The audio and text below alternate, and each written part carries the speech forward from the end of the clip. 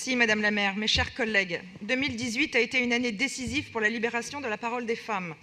Le lancement du mouvement MeToo a fait écho dans le monde entier et a engendré une prise de conscience collective des immenses progrès qu'il reste encore à effectuer en termes de droits des femmes. Si l'on en parle encore aujourd'hui dans cet hémicycle et même plus que jamais des droits des femmes, c'est bien qu'une différence de perception, de traitement et de considération persiste encore entre les deux sexes. La première et la plus injuste d'entre elles concerne l'inégalité salariale à poste et à qualification équivalente. Depuis le 6 novembre dernier jusqu'au 31 décembre prochain à minuit, les femmes travaillent gratuitement. Cela fait plus de 40 ans que la loi impose comme principe essentiel l'égalité de rémunération entre les hommes et les femmes, mais peine à la faire appliquer. À l'heure actuelle, l'écart de salaire est de 9% à travail égal et de 25% sur l'ensemble de la carrière, selon les chiffres du ministère du Travail. C'est une différence injustifiée, une discrimination et un véritable scandale qui en engendre évidemment beaucoup d'autres. Même dans le secteur public, l'accès aux carrières n'est pas forcément le même entre hommes et femmes. Appliquant le principe de la preuve par l'exemple, la Ville de Paris doit donc veiller à être exemplaire en matière de mixité et d'égalité des sexes dans les salaires et dans les postes, comme dans les fonctions qu'elle a à pourvoir. Par ailleurs, à son niveau, la collectivité parisienne peut actionner certains leviers pour favoriser l'accès à l'emploi des femmes. Je pense par exemple aux places en crèche, bien sûr. On le sait, plus le nombre de places d'accueil de la petite enfance est grand dans une ville, plus cela participe à favoriser l'accès et le maintien dans l'emploi des femmes, et donc, in fine, à promouvoir l'égalité hommes-femmes. Ainsi, la maire annonce dans sa communication l'ouverture à cet automne de la 3000e place de crèche depuis les débuts de la mandature. Je vous invite, Madame la maire, à poursuivre dans cette direction et à amplifier votre effort, car aujourd'hui, faute de structure, de nombreuses familles parisiennes sont dans l'obligation de quitter la capitale.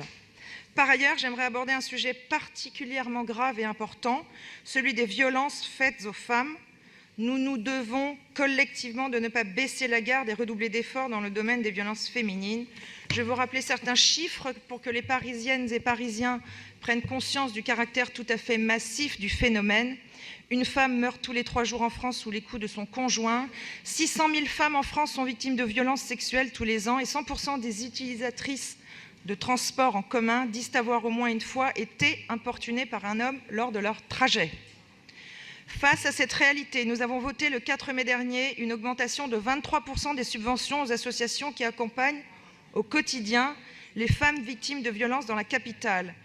Je me félicite bien entendu de cette augmentation. Cependant, je note que si vous insistez sur ce chiffre, l'enveloppe totale pour l'ensemble de ces associations n'est que de 265 000 €. Avouons sans malice que cette somme pour l'ensemble des associations qui s'occupent des femmes victimes de violences à Paris, cela fait au final assez peu. J'invite donc l'exécutif et le Conseil de Paris à accentuer l'aide aux associations dans ce domaine.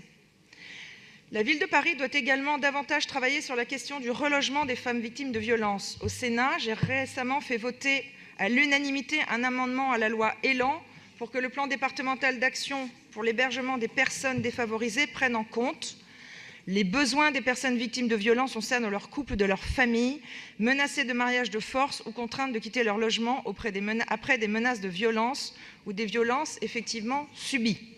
À son échelle, la collectivité parisienne peut et doit, elle aussi, proposer des solutions dans le domaine du logement d'urgence.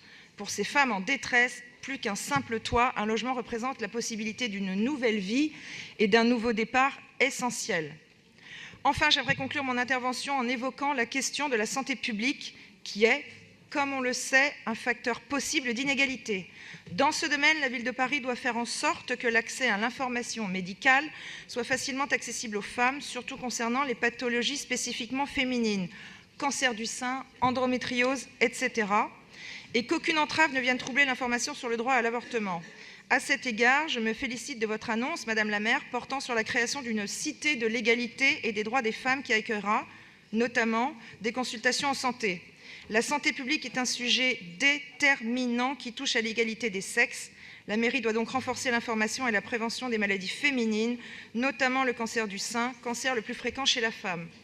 L'égalité femmes-hommes, si on veut qu'elle advienne dans les faits et qu'elle soit perçue par les Parisiennes et les Parisiens, ne doit pas passer que par des discours et des rappels à des principes, mais doit s'inscrire dans des actions concrètes et fortes. Je vous remercie. Merci madame. La parole à madame